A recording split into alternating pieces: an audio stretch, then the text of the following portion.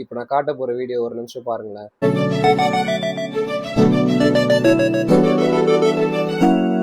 இந்த வீடியோவில் வர்ற மாதிரி தான் நானும் ஒரு வருஷம் முன்னாடி வெயிட் வந்து கண்டமேனிக்கு போட்டிருப்பேன் நான். இப்போ டம்பிள் ரோலாம் வந்து ஃபார்ம் வந்து அந்தளவு கரெக்டாக இருக்காது. ரெப்ஸ் வந்து ஒரு 8 ரெப் வரும். ஆனால் ஃபார்ம் வந்து கொஞ்சம் ஒரு மாதிரி தான் இருக்கும். இந்த மாதிரி நான் பண்ணிட்டே இருந்தேன். நல்லா ஃப்ளோவாக போயிட்டு இருந்துச்சு. வெயிட்டும் என்னால் இன்க்ரீஸ் பண்ண முடிஞ்சுச்சு.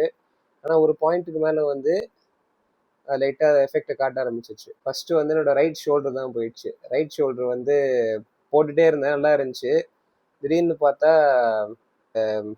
லைட்டாக ஸ்கேப்புலர் விங்கிங்னு ஏதோ ஒரு இது இருக்குது, கண்டிஷன் இருக்குது எனக்கு.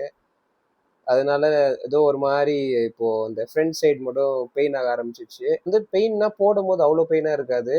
ஆனால் அது ஒரு மாதிரி அனாயிங்காக இருக்கும். வெயிட் வந்து பழைய மாதிரி புஷ் பண்ண முடியல. அதனால தான் நான் என்ன அட்வைஸ் பண்ணுறேன்னா, நீங்கள் ரெப்ஸு வந்து கம்மியாக போட்டால் ஃபார்ம் வந்து கரெக்டாக இருக்கிறத பார்த்துக்கோங்க. ஃபார்ம் தான் எப்போவுமே முக்கியம். அதனால நீங்கள் ரெப்ஸு வந்து கம்மியாக போடுறது நான் அட்வைஸ் பண்ண மாட்டேன். ரெப்ஸு வந்து எப்போவுமே ஒரு 8 to 12 அந்த ரெப் ரேஞ்ச்லேயே நீங்கள் ட்ரெயின் பண்ணுங்கள். அப்போ தான் உங்களுக்கு அந்த இன்ஜுரி அந்தளவு இருக்காது. இன்ஜுரி இருக்காதுன்னா நீங்கள் ஃபார்ம் கரெக்டாக போட்டிங்கன்னா உங்களுக்கு இன்ஜுரி வராது. நல்ல வெயிட்டும் இன்க்ரீஸ் பண்ணலாம், ஸ்ட்ரென்த் ஏறும், மசிலும் ஏறும். அதனால நீங்கள் இதை மனசில் வச்சுக்கோங்க. ஈகோ லிஃப்டிங் வந்து பண்ணும்போது நல்லாயிருக்கும். ஆனால் அதை தொடர்ந்து பண்ணிகிட்டே இருந்து அதில் இன்ஜுரி ஆச்சுன்னா ரொம்ப சமகாண்டாக இருக்கும். உங்களோட ப்ராக்ரெஸை வந்து மாத கணக்கில் பின்னாடி தள்ளி விட்டுரும். அதனால நீங்கள் சேஃபாக ட்ரெயின் பண்ணுங்கள். இன்னொன்று வந்து ஈகோ லிஃப்ட் பண்ணி உங்களுக்கு இன்ஜுரிலாம் ஆயிடுச்சுன்னா ஃபுல்லாக ரெஸ்ட் விடணும்னு அவசியம் இல்லை. நீங்கள் மறுபடியும் எவ்வளோ சீக்கிரம் முடியுதோ அந்த பெயின் வந்து கொஞ்சம் கம்மியாக வச்சுட்டு,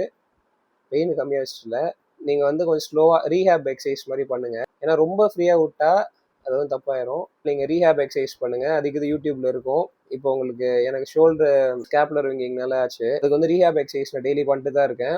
அதனாலே எனக்கு கொஞ்சம் பெட்டரான மாதிரி அந்த ஃபீல் இருக்குது. அதனால ரீஹேப் நீங்கள் பண்ணுங்கள், மாசாக இருக்கும். முக்கியமாக நீங்கள் காம்பவுண்ட் எக்ஸசைஸ் இந்த ஸ்குவாட்ஸு, டெட் லிஃப்ட்டு இந்த மாதிரி ஈகோ லிஃப்ட் பண்ணிங்கன்னா இன்ஜுரி வந்து ரெக்கவர் ஆகிற அளவுக்கு இருக்காது.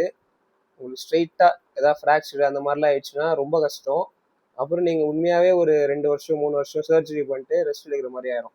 தப்பு, ரொம்ப தப்பு. அதனால இதை மைண்டில் வச்சுக்கோங்க. Train safe. ஓகே கைஸ், இந்த வீடியோ உங்களுக்கு பிடிச்சிருக்கோன்னு நினைக்கிறேன். கீழே இந்த மாதிரி வீடியோ தான் இன்னும் வேணும்னா கீழே கமெண்ட்ஸில் சொல்லுங்கள். தேங்க்யூ.